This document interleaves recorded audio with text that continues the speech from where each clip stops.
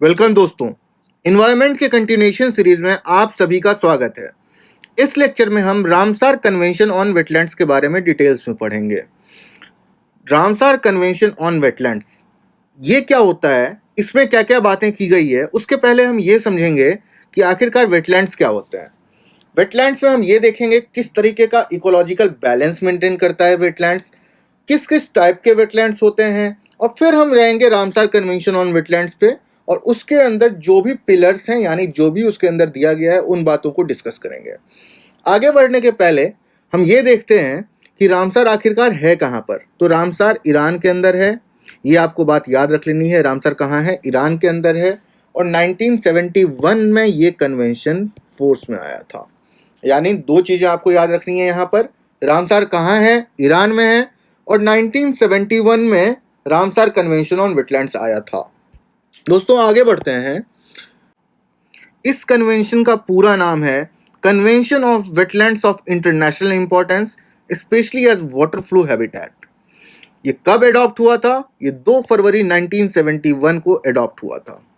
दोस्तों Ramsar convention के अंदर क्या है उसके पहले हम ये समझते हैं कि आखिर वेटलैंड्स होते क्या हैं।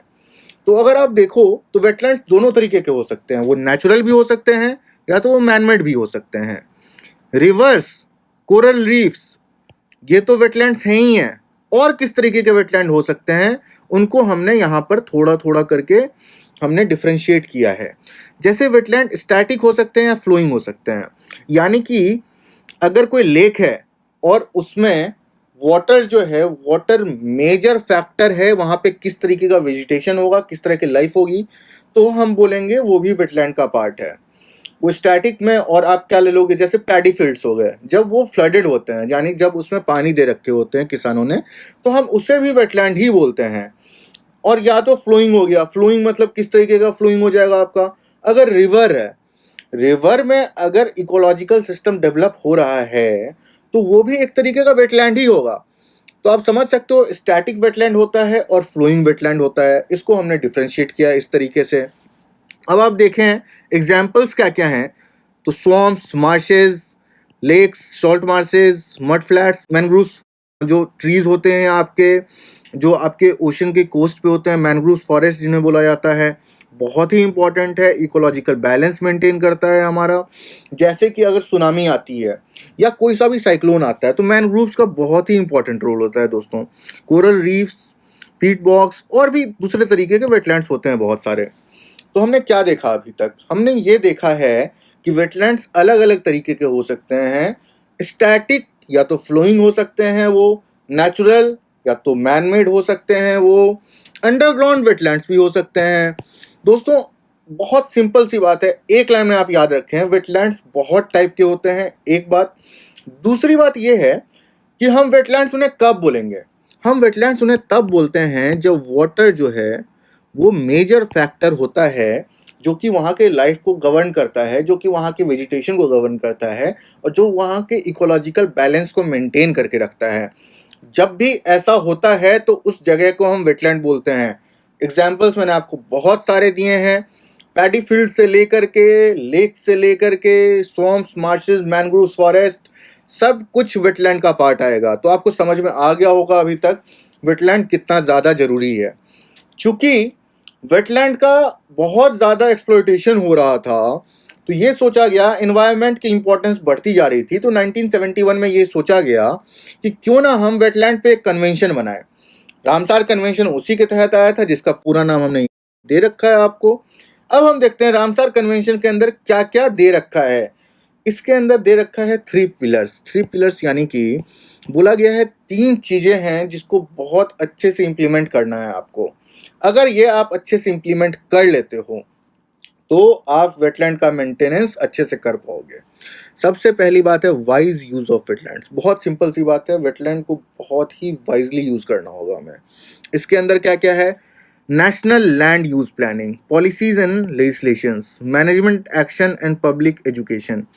दोस्तों इसके अंदर ये दे रखा है कि जो लैंड है, जो वेटलैंड का लैंड है, उसको हम पहले अच्छे से प्लान करना होगा, कैसे उसका यूज करें और फिर उसके बाद ही उसका यूज करें। माइंडलेस एक्सप्लॉयटेशन नहीं होना चाहिए। पॉलिसीज बनने चाहिए इस रिगार्डिंग में, एक्ट्स बनने चाहिए, यानी पॉलिसीज और एक्ट्स में क्या डिफरेंस होता है ये आपको पता होगा। फिर भी मैं आपको यहाँ पर रिवाइज करवा देता हूँ। पॉलिसीज जो है वो गवर्नमेंट एजेंसीज यानी कि एग्जीक्यूटिव बॉडीज बनाती हैं। जैसे सेंट्रल गवर्नमेंट हो गया इंडिया के अंदर, तो जो प्राइम मिनिस्टर है, कैबिनेट मिनिस्टर्स हैं, साथ में बैठ करके पॉलिसीज बनाते हैं। और जो लेजिस्लेशन है एक तरीके का एक्ट होता है। एक्ट यानी कि लॉ पास करता है पार्लियामेंट, उसे कहते हैं लेजिस्लेशन। तो इस पॉलिसीज बननी चाहिए और एक्ट्स बनना चाहिए जो कि गवर्न करे हमारे वेटलैंड के यूजेज को, जो कि हमें तरीके से उसका माइंडलेस एक्सप्लॉयटेशन ना करने दे। उसके बाद इसके तहत जो पॉलिसीज बनेंगी, जो एक्ट्स बनेंगी, जो नेशनल लैंड यूज प्लान बनेगा, उसके अकॉर्डिंगली हमें management action and public education करना है, यानी कि उसके अकॉर्डिंगली हमें वेटलैंड्स को गवर्न करना है और हमें लोगों को उसके रिगार्डिंग एजुकेट भी करना है। दोस्तों, पहले पिलर के अलावा दो और पिलर्स हैं। एक तो रामसार लिस्ट और वेटलैंड्स ऑफ इंटरनेशनल इंपॉर्टेंस बनेंगे।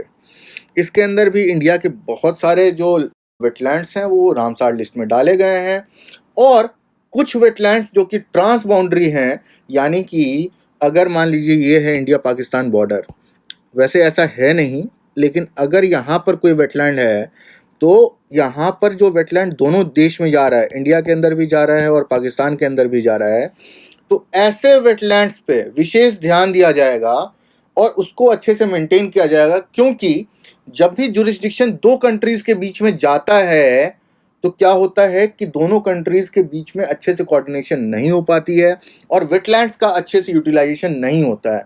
वहां पर एक तरीके का कंपटीशन डेवलप होता है दो देशों के बीच में, और ज़्यादा से ज़्यादा एक्सप्लॉयटेशन करने की कोशिश करते हैं। वो इकोलॉजिकल जो बैलेंस है उसको बिगाड़ देता है, और इस वजह से जो वेटलैंड है उसका पास्ट में बहुत ज़्यादा एक्सप्लॉयटेशन भी देखा गया है। दोस्तों, एक चीज़ और है इसके अंदर, मॉन्ट्रिक्स रिकॉर्ड।